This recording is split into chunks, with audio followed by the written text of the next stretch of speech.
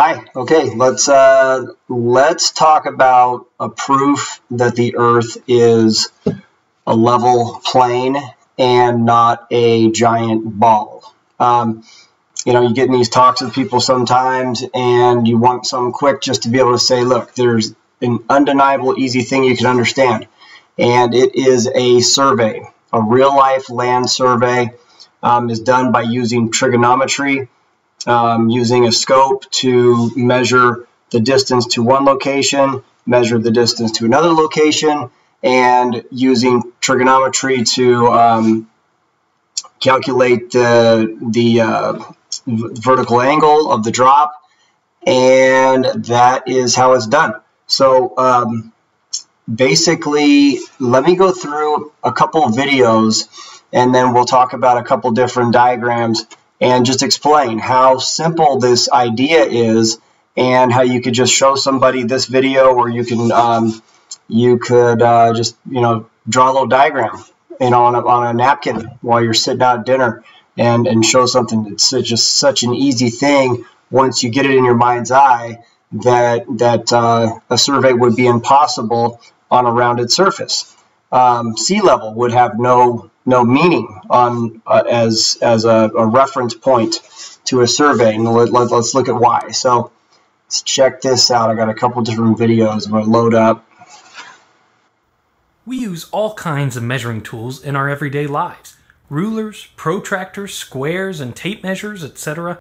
These work fine for small and medium-sized projects, but what if we need to lay out something big, like a road, bridge, dam, or pipeline? Hey, I'm Grady, and this is Practical Engineering. On today's episode, we're talking about one of the civil engineer's most important companions, the land surveyor. And we're going to do a little bit of surveying you can try at home.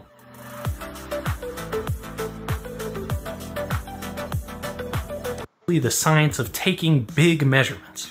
And you've probably seen these guys on the side of the road looking through fancy equipment on a tripod. Just about any civil engineering project starts with a survey to determine the legal boundaries between parcels of property, the location of existing infrastructure, and the slopes and topography of the land. Humans have always had a penchant for building big stuff, which means surveying is a career full of history and tradition. Behind every wonder of the ancient world was an ancient geometry nerd who laid out the angles and alignments during construction.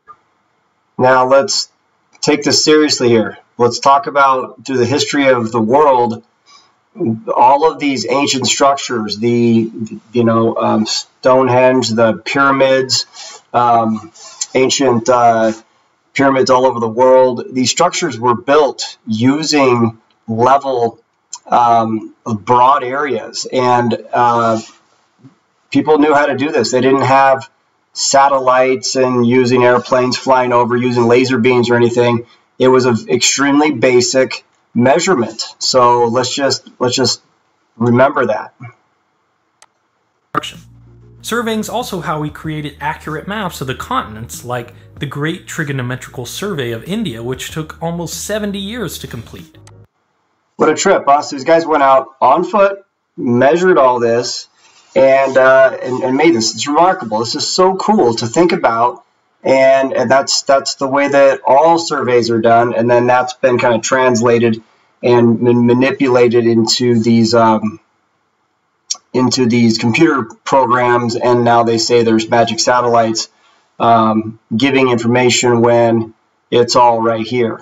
And there are airplanes that can fly over and use laser beams for the topography. That does happen. So, but let's stick with the basics. Let's stick with how, over the history of the world, measurements have been done, and surveys and real life surveyors, take surveys and take their measurements, and how that works, because you see these buttons on the ground. They are markers all over the world to show different elevations above sea level that surveyors use in order to, they call it a home run. They'll make one survey in one area, one survey in another area, and then they home run it back to another pre-existing marker that some other surveyor did. So when this guy's long dead and gone, that land survey and that is accurate compared to everything else that's been surveyed. and it's a big network of different individuals that have basically made this physical measurement over hundreds of years, and it's very cool. So I love thinking about this, but this is a very, very easy proof. So let me get this going here. I personally think everyone should aspire to accomplish something in their life that can be prefixed with the words great trigonometrical. The ubiquitous tool for surveying is called a theodolite, and its one job is to measure the angle between 2 points. Combine those angles with distances from a chain or tape measure, and you can triangulate the location of any point using trigonometry. Modern theodolites, called total stations, can not only measure angles, but distance as well, and they have onboard computers that can do the calculations and record the data for later use. When you see a surveyor peering through a funny telescope, it's probably a total station, and he or she is probably sighting a reflector to record the location of a point. Now let's look at another way to look at this and see if this is possible. It's amazing people actually believe this stuff. Like when you actually look at it. Sea level seems like a pretty easy concept, right? You just measure the average level of the oceans and that's that. But what about parts of the Earth where there aren't oceans? For example, when we say that Mount Everest is 8,850 meters above sea level, how do we know what sea level would be beneath Mount Everest, since there's no sea for hundreds of kilometers? If the Earth were flat, then things would be easy. We'd just draw a straight line through the average height of the oceans and be done with it. But the Earth isn't flat. If the Earth were spherical, it would be easy too, because we could just measure the average distance from the center of the Earth to the surface of the ocean. But the Earth isn't spherical. It's spinning, so bits closer to the equator are thrown out by centrifugal effects and the poles get squashed in a bit. In fact, the Earth is so non-spherical that it's 42 kilometers farther across at the equator than from pole to pole. That means if you thought the Earth were a sphere and defined sea level by standing on the sea ice at the North Pole, then the surface of the ocean at the equator would be 21 kilometers above sea level. This bulging is also why the Chimborazo volcano in Ecuador, and not Mount Everest, is the peak that's actually farthest from the center of the Earth. So how do we know what sea level is? Well, water is held on Earth by gravity, so we could model the Earth as a flattened and stretched spinning sphere, and then calculate what height the oceans would settle to when pulled by gravity onto the surface of that ellipsoid. Except the interior of the Earth doesn't have the same density everywhere, which means gravity is slightly stronger or weaker at different points around the globe, and the oceans tend to puddle more near the dense spots. These aren't small changes either. The level of the sea can vary by up to 100 meters from a uniform ellipsoid, depending on the density of the Earth beneath it. And on top of that, literally, there are these pesky things called continents moving around on the Earth's surface.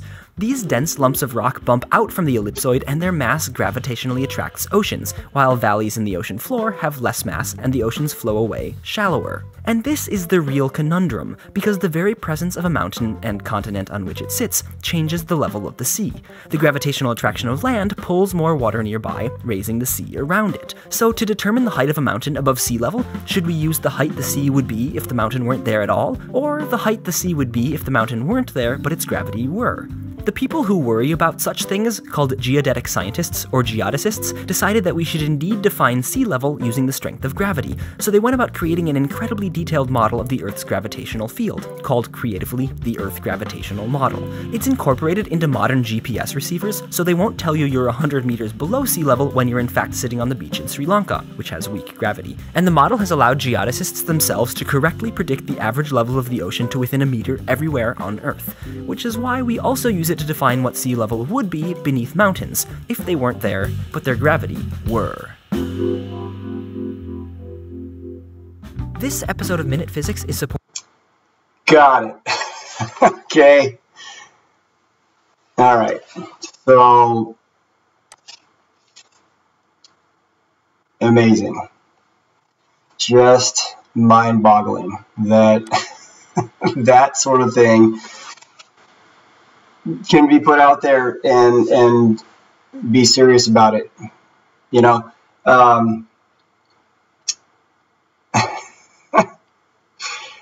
Okay, so elevation above sea. With all that said, in that last video, there were not geodeticists 100 years ago or 200 years ago and all of the topography and the elevations of the world have been mapped out perfectly and logged for hundreds and hundreds, if not thousands of years.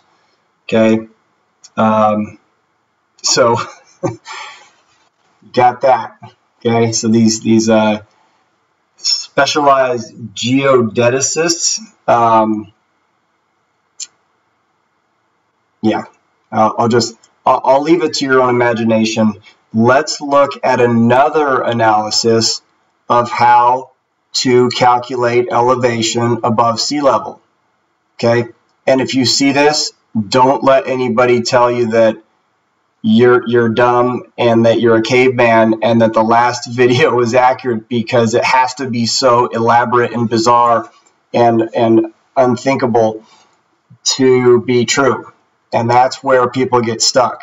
They get stuck thinking that these authority figures and all this nonsense that they put out there, just complete, utter nonsense, is just the way it is. And now there's these space satellites, and that's the way we figured it out. It's just, you know, utter lies. So watch this.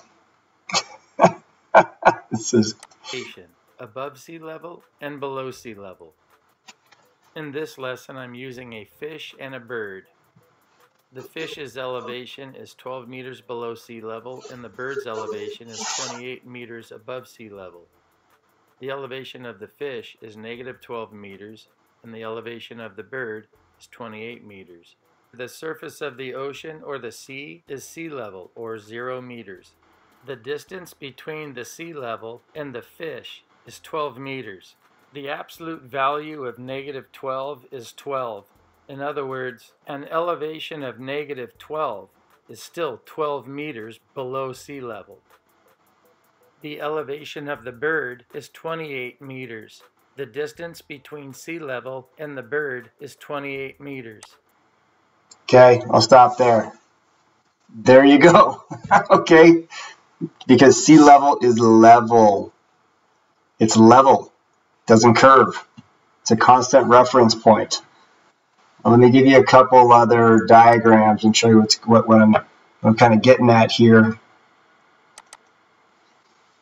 If you look online at elevation above sea level, you're going to find a ton of things like this. One came out kind of grainy, but it says sea level. See, look at that. Isn't that flat?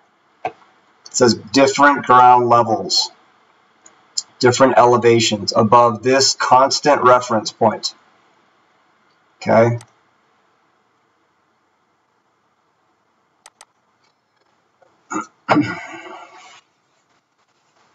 Here's another one. Sea level. It's level because water finds its level and it needs a container. So the container is the land, and rising up out of that land are the land masses. Mount Everest, 48 meters above sea level. A constant horizontal level surface giving a constant reference point. All right. I don't want to be rude when I'm saying this. I'm just trying to really hammer this home because it's the most basic thing in the world. Okay. Mean sea level. Okay. Mean sea level actually means level. I put that. I thought that was funny. Look. Here's sea level. Mean sea level. What that means is, you know, the tides go up and down. But the average of that between low tide and high tide is mean sea level, that's your constant reference point. So you can stay on the shore and you can go up to whatever area you want and you can figure out your elevation from this constant flat reference point. Okay. Now I drew a couple diagrams how a survey would be done. There's a real survey in the real world. Okay, here's sea level. Okay. Here's sea level, constant reference point. You got surveyor number 1, surveyor number 2, surveyor number 3. He's got his scope and he's looking out horizontally and then he can take his drop to sea level at any point, here on the seashore or here 1,000 miles out in the ocean. This guy's standing, let's say, at the top of, so let's say he's in the Rocky Mountains up in Denver at United States, 5,000 feet of elevation. He can take his reference point and you can measure it to other markers that other surveyors have made, take his drop to those other markers that this other guy made 100 years ago at 2,500 feet, and calculate the distance and use trigonometry and determine what his elevation is above sea level, which is a flat level constant reference point. Same thing with this guy over here. You can measure this direction to the east coast, or this way to the west coast. You can drop down and find this guy's marker at 500 feet, or you can come all the way out and get back to sea level, which is the same exact level as the other seashore. Like, so if you're in California looking out in the ocean, towards the ocean, and you're looking out, let's say, towards Hawaii, Hawaii is literally at your feet. They like you to think, let me show you something.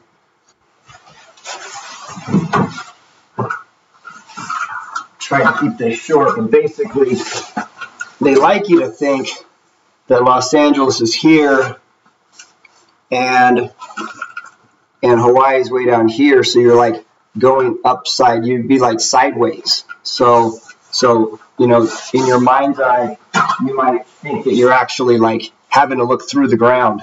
And this brings up a good point of a compass. This is critical. A compass has to be level for it to spin, right? If you put it off on a tilt, it doesn't work right. Everybody knows that. Everybody's using a compass. So you have it level, and the compass will spin, and it'll go right towards magnetic north. Well, the only way that magnetic north is going the right way is if it was that direction, which would be the center of this plane that we live in. If the North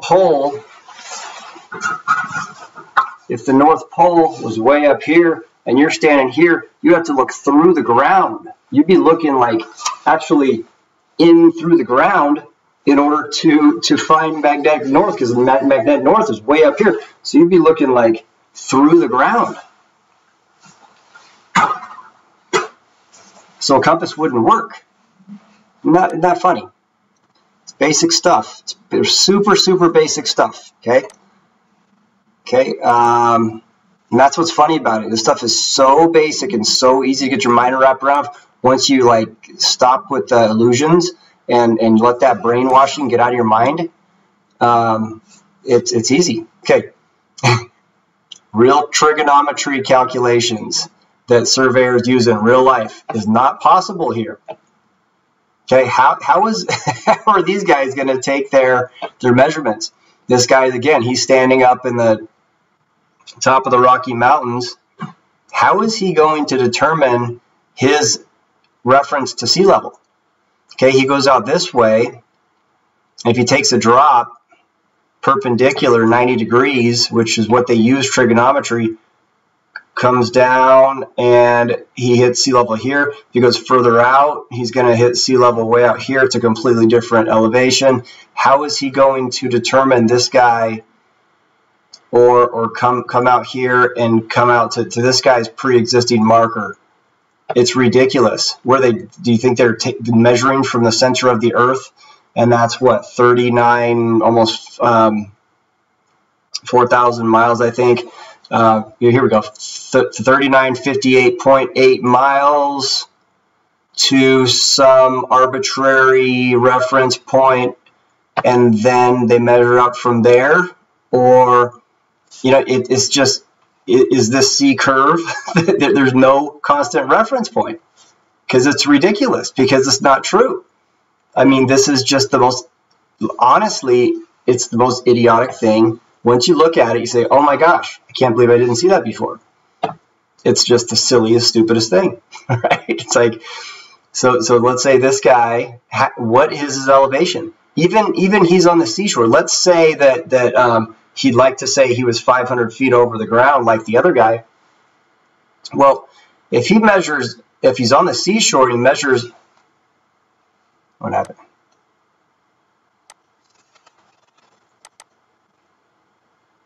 Lost it. Here we go. So if he measures straight down right here, let's say that he's 500 feet from, let's say he was on a little cliffside. If he measures out another 30 miles and takes a drop, there's a 400-foot curvature drop in 30 miles, roughly. Isn't that amazing? So there is no constant reference point. Sea level would have no meaning in a survey or any reference point of elevation whatsoever. Airplanes would never be able to keep a constant elevation. You know, that's a whole other discussion, but I showed you on the last one, if you noticed, I had a submarine. Think of a submarine. This is another extremely basic thing. Submarines have ballasts in them. They're basically bubbles, and they have to get leveled out, and they have to be horizontal with the water, and they float. Like they have to get perfectly horizontal with the water, and then they go. and they can have their periscope up, and they can travel for hundreds of miles without having to trim out the ballasts, and they just keep on going. They can be 10 feet under the water for hundreds of miles. If this thing travels for 30 miles on the alleged curving Earth, it would breach within a matter of minutes because there's 400 feet of curvature drop in 30 miles. So literally this guy would get going for like 2 minutes and then breach, and then have to like constantly like, you know, curve the boat down, which is just ridiculous. So that's about it. So anyways, it's an easy proof, man. Extremely, extremely simple stuff. So here's your submarine. This is how a survey works. Okay, straight lines, straight drops, flat sea level. Okay, this is reality. So that's it. That's it. That's a little study of real life surveys and this geo. I don't even know how to say the word. Anyways, all that stuff is based off of computer programs that were input from real life markers that real individuals put, and then they make these computer programs.